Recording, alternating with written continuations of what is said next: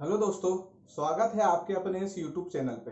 तो चलिए हम सम इम्पोर्टेंट डेफिनेशन से चालू करते हैं।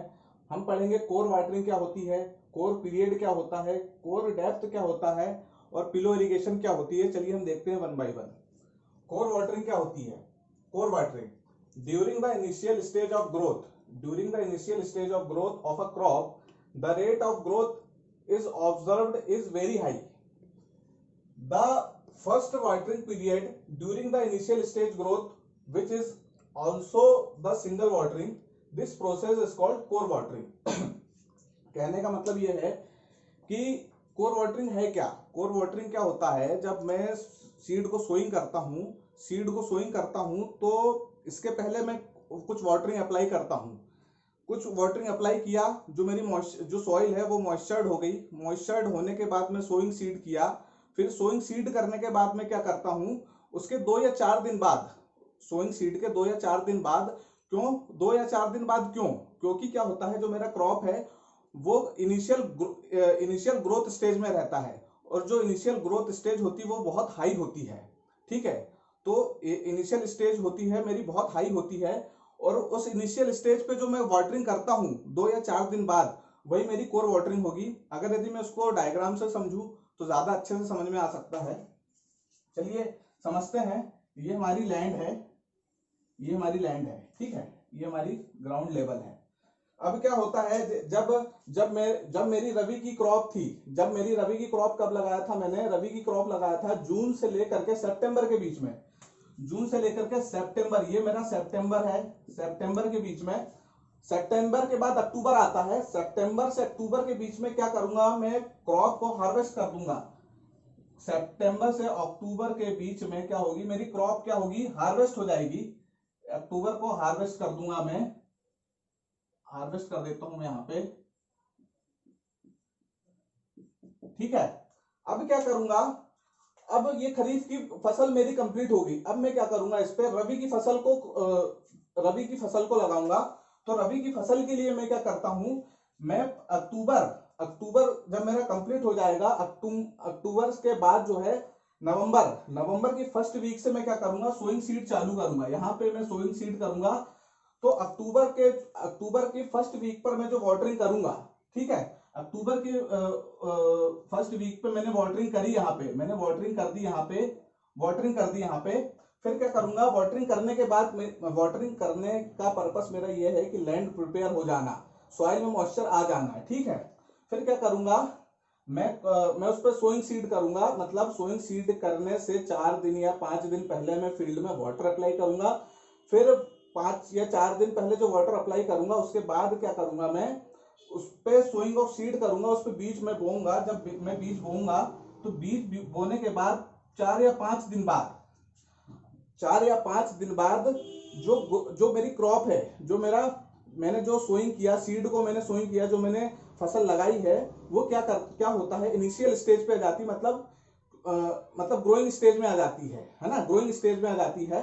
तो मुझे उस ग्रोइंग स्टेज में सबसे ज्यादा पानी की रिक्वायरमेंट होती है, उस ग्रोइंग स्टेज में सबसे ज्यादा पानी की रिक्वायरमेंट होती है। और जो फर्स्ट वाटरिंग होती है मेरी, जो फर्स्ट वाटरिंग यहां पर मैं अप्लाई करता हूं, कितने, 3 या 4 दिन बाद, 3 या 4 दिन बाद जो मैं यहां अप्लाई करता हूं, ये मेरी फर्स्ट वाटरिंग है। फर्स्ट वाटरिंग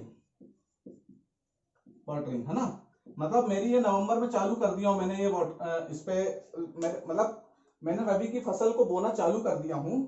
तो मेरी जो फर्स्ट वाटरिंग होगी, जो मेरी फर्स्ट वाटरिंग करूंगा, वो मेरी कोर वाटरिंग कहलाएगी। ठीक है, यही कहना चाह रहा है। वेरी हाई इनिशियल स्टेज में जो क्रॉप होती मेरी वेरी हाई स्टेज में होती है, इसी को मैं क्या कहता हूं, कोर वाटरिंग कहता हूं। ठीक है, अब मेरी क्रॉप पीरियड क्या है, क्रॉप पीरियड है ना। अब समझते हैं क्रॉप पीरियड होता क्या है। पीरियड का मतलब होता है टाइम, किसी टाइम की बात कर रहा है। कोर पीरियड की मतलब बात कर रहा है, पीरियड का मतलब होता है टाइम, है ना। तो कोर पीरियड कोर टाइम में है ना, कोर टाइम कब होता है, चलो देखते हैं। The process of core watering has to be performed, within a fixed limiting time. इस पे लिखा है within a fixed limiting time period from instant of sowing, of a crop, and this fixed limiting time period is called crop water of core period for the given crop. मतलब ये है, मैंने अभी आपको समझाया कि core watering क्या होती है। फर्स्ट वाटरिंग हमारी कोर वाटरिंग होती है। अब लेकिन जो मैंने बोला कि जब सोइंग ऑफ सीड के बाद जो मैंने 4 दिन बाद जो मैंने पहली वाटरिंग करी है, पहली वाटरिंग मैंने जो 4 दिन बाद करी है, एक मतलब ये मेरा क्या हो गया, फिक्स्ड टाइम इंटरवल, ये फिक्स्ड टाइम हो गया, फिक्स्ड लिमिटिंग टाइम हो गया, है ना। तो ये जो फिक्स्ड लिमिटिंग टाइम क्या है, इसी को मैं कोर पीरियड कहूंगा, इसी को मैं कोर पीरियड कहूंगा। अब नेक्स्ट है मेरा कोर डेप्थ, ठीक है ना। कोर डेप्थ को मैं समझता हूं, the depth of water applied as a maximum single watering, ठीक है। The depth of water applied as a maximum single watering depth. इस पे सीधा सबसे बेसिक टर्म है, इस पे मैक्सिमम सिंगल वाटरिंग डेप्थ मतलब कोर डेप्थ मतलब मैक्सिमम सिंगल वाटरिंग डेप्थ। मैंने जो 3 से 4 दिन बाद सोइंग के 3 से 4 दिन बाद मैंने जो वाटर अप्लाई किया है, मैं वो क्या करूंगा, मेरी वो सिंगल वाटरिंग डेप्थ होगी, मेरी वो क्या होगी, सिंगल वाटरिंग डेप्थ होगी, है ना। During the process of core watering with in fixed limiting core period is called core depth. मतलब ये है कि भाई साहब, मैंने जो कोर वाटरिंग करी है, मेरा ये जो डायग्राम है, ये मेरे कोर वाटरिंग को भी बताता है, ये मेरा कोर पीरियड को भी बता देता है, और कोर डेप्थ को भी बता देता है, ठीक है ना। अब क्या करते हैं, अब नेक्स्ट है हमारा pillow irrigation.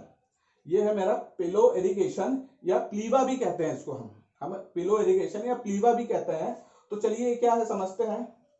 The artificial application of water to the agricultural field, the artificial application of water to the agricultural field, है ना। एग्रीकल्चरल फील्ड पर हम डालते हैं, before the sowing of crop to prepare the field before the sowing of crop to prepare the field effectively, before the sowing of crop to prepare the field effectively. कहने का मतलब यह है कि यहाँ पे मैंने क्या किया, सोइंग किया, सीड की क्या किया, सोइंग करा, मैंने बीज को बोया, मैंने फसल लगाई। जो मैंने फसल लगाई है, जिस दिन मैंने एक नवंबर को अगर यदि मैंने फसल लगाई है, तो उसके 4 दिन पहले क्या होगा, उसके 4 दिन होगा, अगर यदि 4 या 5 दिन पहले देखूं तो मैं क्या करूंगा, 25 या 26 अक्टूबर को मैं उस फील्ड पे पानी डालूंगा, जिससे क्या होगा, मेरा जो मॉइस्चर है, जिससे मेरा जो सॉइल का मॉइस्चर है वो मेंटेन हो जाएगा। फिर उसके बाद में जो है फील्ड में मैं अपनी क्रॉप लगाऊंगा। और कहने का मतलब ये है कि मैं क्या करता हूं, आर्टिफिशियली डाल रहा हूं उसमें पानी, मैं फील्ड में आर्टिफिशियली पानी डाल रहा हूं। तो before the sowing of seed या sowing of crop, before the sowing of seed या before the sowing of crop के पहले मैं जो वाटर अप्लाई करता हूं, किसमें, एग्रीकल्चरल फील्ड पे before the sowing of crop to prepare the field effectively. इससे क्या होता है, हमारी फील्ड इफेक्टिवली हो जाती है, जिसको मैं क्या कहता हूं, पिलो इरिगेशन, ठीक है। मतलब क्या है कि मैंने जो वाटर अप्लाई किया है, कब, सोइंग ऑफ सीड से पहले। पिलो इरिगेशन सीधी सी एक लाइन में अगर यदि मैं बोलूं कि सीड सोइंग करने से पहले जो मैं वाटरिंग करूंगा फील्ड पे, वो मेरी क्या होगी, पिलो इरिगेशन, ठीक है। तो नेक्स्ट हमारी हेडिंग है इरिगेशन एफिशिएंसी। तो चलिए हम जानते हैं इरिगेशन एफिशिएंसी होती क्या है ना। सबसे पहले हम एफिशिएंसी को समझते हैं। एफिशिएंसी क्या होती है हमारी, एफिशिएंसी हमेशा आउटपुट अपॉन इनपुट होती है। कैसे, क्योंकि किसी भी चीज को एफिशिएंट बनाना है हमें, तो मैं यहाँ बात कर रहा हूँ इरिगेशन की एफिशिएंसी की, है ना। क्यों, क्योंकि मेरे को क्या करना है, जो वाटर है, जो मेरा वाटर है, सोर्स से मैं कहाँ ले जा रहा हूँ, फील्ड पे ले जा रहा हूँ। तो जब सोर्स से मैं फील्ड पे ले जा रहा हूँ तो मेरा वाटर का लॉस होगा, सोर्स से मैं फील्ड पे ले जा रहा हूँ तो मेरा वाटर का लॉस होगा। तो क्या वो लॉस मेरे लिए एफिशिएंट होगा कि नहीं होगा, ये मैं कैसे पता करूंगा, मुझे इससे पता चलेगा। क्योंकि एफिशिएंसी ऑफ वाटर कन्वीनियंस मुझे यही बताता है ना। क्या होता है कि जब मैं फील्ड पे वाटर अप्लाई करता हूँ, तो जो फील्ड में वाटर अप्लाई कर रहा हूँ वो पूरी तरह फील्ड यूटिलाइज नहीं करती है, वाटर का लॉस भी कर देती है, रन ऑफ लॉस होता है ना।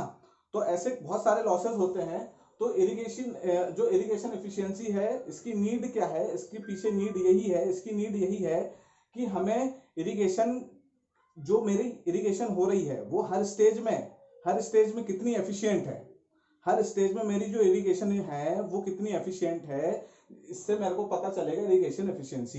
इरिगेशन हमेशा आउटपुट अपॉन इनपुट, क्योंकि आउटपुट क्या है इसमें, आउटपुट समझिए, आउटपुट का मतलब है कि मैं जो वाटर है, वाटर मैं कहाँ दे रहा हूँ, फील्ड पे दे रहा हूँ, तो मैंने जो वाटर फील्ड पे दिया वो मेरा आउटपुट होगा।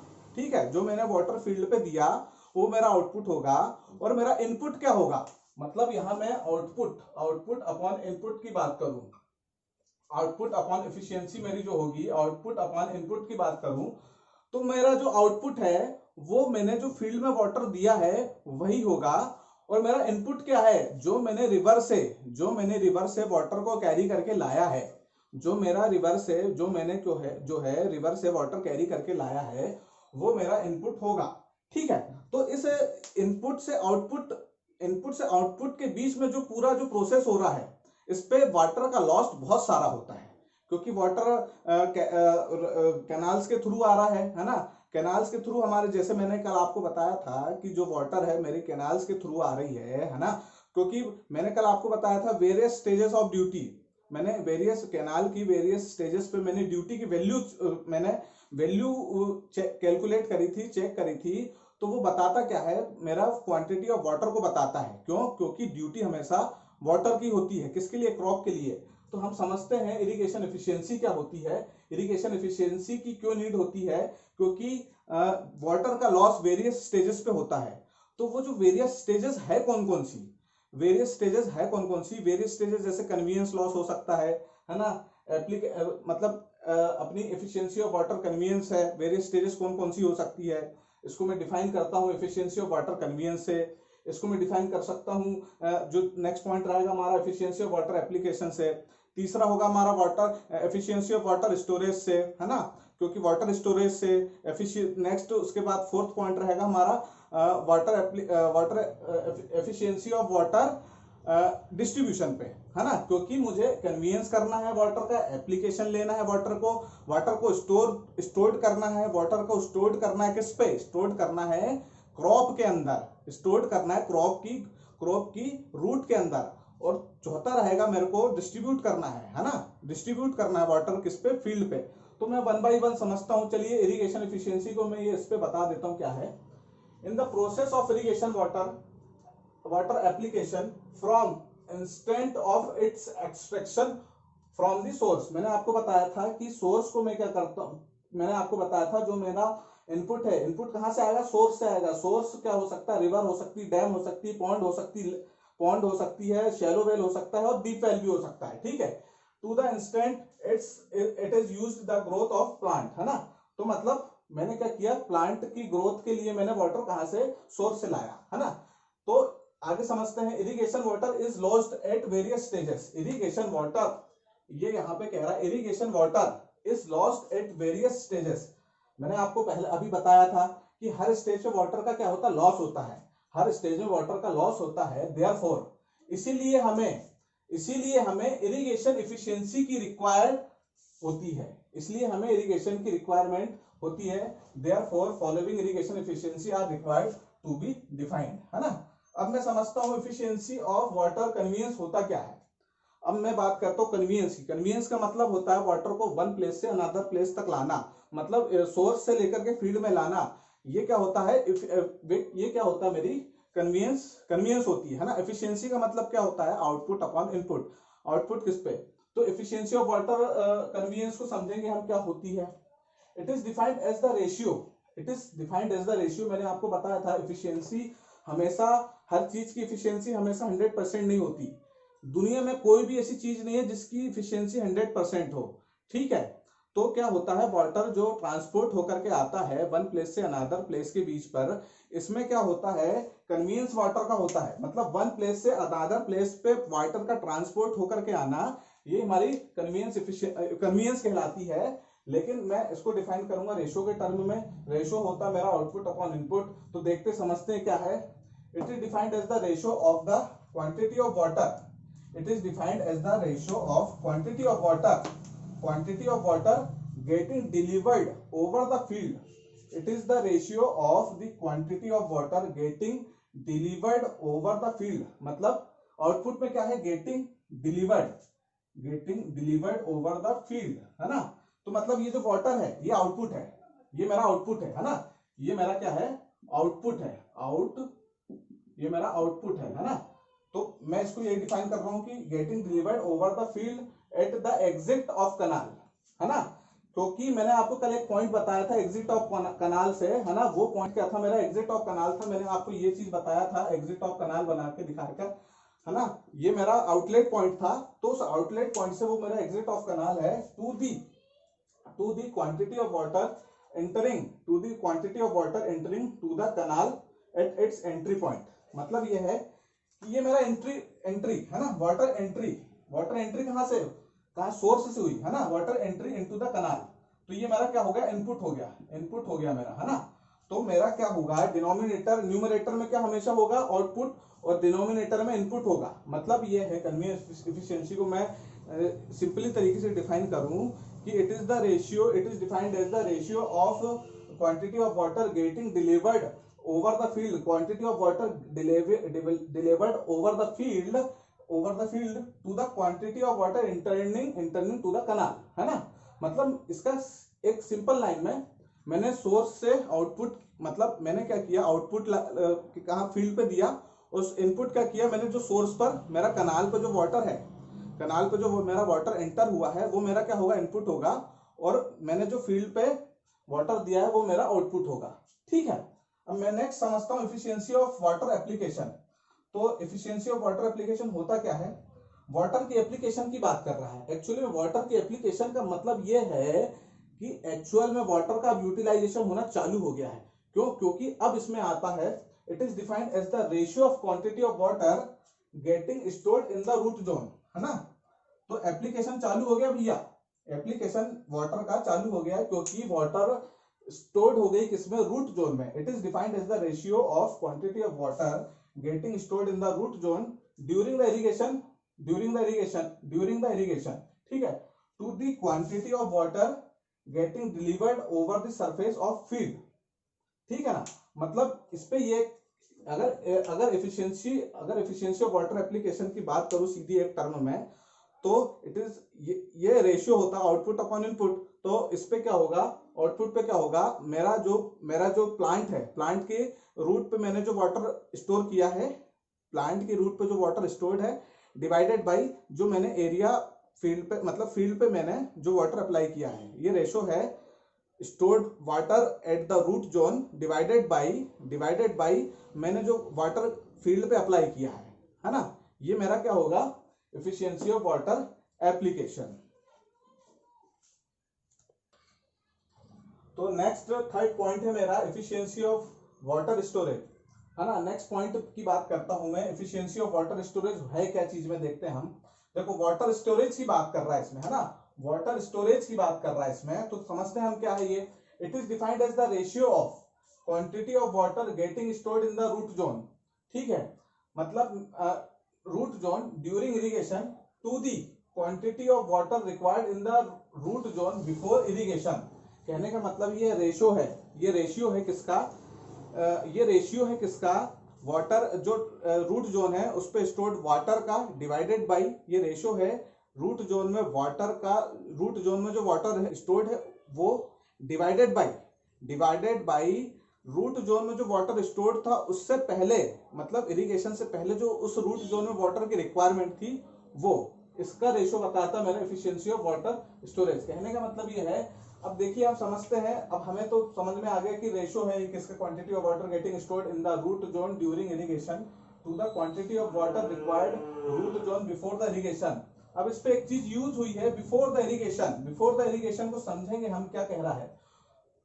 Root zone before the irrigation क्या है कि इरिगेशन के रूट जोन, जो क्रॉप है उसका रूट जोन में जो वाटर स्टोर्ड है, ठीक है, जो रूट जोन है उसके जो रूट जोन है, जो क्रॉप की रूट जोन है उस पे जो वाटर स्टोर्ड है उसके, वो कब स्टोर्ड है, वो स्टोर्ड तब होगा जब मैं फील्ड पे वाटर अप्लाई करूंगा, ठीक है, जब मैं फील्ड पे वाटर अप्लाई करूंगा। लेकिन अब भाई मुझे पता है कि अगर यदि मुझे वो सेचुरेशन तक लाना है, मुझे उस स्टोर तक मुझे वाटर लाना है, तो वो कैसे आएगा, क्या है कि मुझे पता होना चाहिए कि उस रूट में वाटर की रिक्वायरमेंट कितनी है उस रूट में वाटर की रिक्वायरमेंट कितनी है before the irrigation, before irrigation उस रूट में वाटर की रिक्वायरमेंट कितनी है, क्योंकि बिफोर द इरिगेशन उस रूट में जो वाटर की रिक्वायरमेंट होगी वो ज्यादा होगी, वो ज्यादा होगी, इसलिए ये जो है मेरा आउटपुट है, इसलिए मेरा ये होगा आउटपुट होगा, है ना, आउटपुट होगा, है ना, और आउटपुट होगा। और जो स्टोर्ड है, जो स्टोर्ड है रूट जोन में जो वाटर स्टोर्ड है वो कम होगा, सीधी बात है, क्योंकि मैं एफिशिएंसी क्या होती मेरी, एफिशिएंसी क्या होती मेरी, एफिशिएंसी होती है आउटपुट अपॉन इनपुट, ठीक है। तो न्यूमरेटर में जो होती है आउटपुट की वैल्यू कम होती है, डिनोमिनेटर में इनपुट की वैल्यू ज्यादा होती है, यही होगा हमारा एफिशिएंसी ऑफ वाटर स्टोरेज, ठीक है। स्टोरेज मतलब रूट जोन में स्टोर कर रहा है, एफिशिएंसी, है ना, कितना एफिशिएंट है उस रूट जोन के लिए वाटर स्टोरेज कर रहा है, इसलिए ये कितना एफिशिएंट है। नेक्स्ट है एफिशिएंसी ऑफ वाटर डिस्ट्रीब्यूशन, अब ये की बात कर रहा है फील्ड में जो वाटर डाल रहे हैं हम उसके डिस्ट्रीब्यूशन की बात कर रहा है। It is represent the extends up to which as the water uniform permeated in the root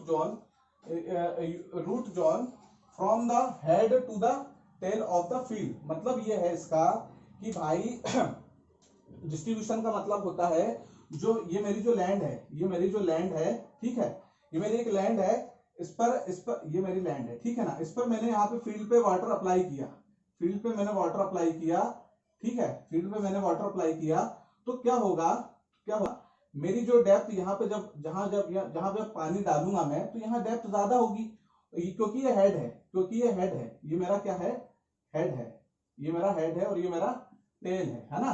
तो क्या होगा जब मैं पानी डालूंगा तो हेड में वाटर की डेप्थ ज्यादा होगी और टेल में वाटर की डेप्थ क्या होगी, कम होगी, ठीक है ना। तो मेरा मानना यह है इस efficiency of distribution, efficiency of water distribution से मुझे ये पता चलता है कि मुझे हेड और टेल में बराबर लाना है, हेड और टेल में मैं वाटर यूनिफॉर्म परमिट करना है। तो क्या करूंगा मैं रूट जोन में मैं फील्ड में वाटर इतना अप्लाई करूंगा कि मेरा जो हेड है और जो मेरा टेल है वो बराबर आए, मतलब ऐसा तो पॉसिबल नहीं है, लेकिन मैं क्या करूंगा, मैं मैथमेटिकली इसको कैलकुलेट कर सकता हूं। तो हम समझते हैं मैथमेटिकली इसका फॉर्मूला होता है mathematically efficiency of water distribution, efficiency of water distribution is equals to 1 minus small D divided by capital D, है ना। स्मॉल डी क्या है जिसमें स्मॉल डी क्या है जिसमें इस पर बेस्ड हम एक क्वेश्चन करेंगे नेक्स्ट क्लास पे, ठीक है। तो स्मॉल डी हमारा average depth of water penetration, average depth of water penetration, है ना, एवरेज डेप्थ ऑफ पेनिट्रेशन, मतलब जो वाटर डेप्थ पेनिट्रेट हुई है वो एवरेज हुई है, स्मॉल डी होगी, और कैपिटल डी होगी average depth of magnitude of deviations from the average depth of penetration, ठीक है। तो इसमें क्या है, इस पर मैं कल एक न्यूमेरिकल बताऊंगा आपको, जिससे ये चीज पूरी क्लियर हो जाएगी। और याद रखना हमेशा हर क्रॉप की अपनी अपनी वाटर रिक्वायरमेंट होती है, डिफरेंट क्रॉप की डिफरेंट वाटर रिक्वायरमेंट होती है, ठीक है। ये करती है टाइम टू टाइम, ये टाइम टू टाइम भी वाटर, मतलब क्या है, जो टाइम टू टाइम भी वाटर की डिमांड होती है, किसी टाइम में कुछ वाटर डिमांड होगी, किसी टाइम में कुछ वाटर डिमांड होगी, ये प्लेस टू प्लेस भी वेरी करती है, ठीक है। वाटर की demand time to time, place to place और क्रॉप टू क्रॉप भी वेरी करती है, ठीक है ना। तो आज हमारा जो एफिशिएंसी का जो इंपॉर्टेंट डेफिनेशंस थी वो खत्म होगी। सो यदि आपको वीडियो पसंद आई हो तो वीडियो को लाइक करें, चैनल को सब्सक्राइब करें और अपने दोस्तों से इस वीडियो को शेयर भी करें। Thank you.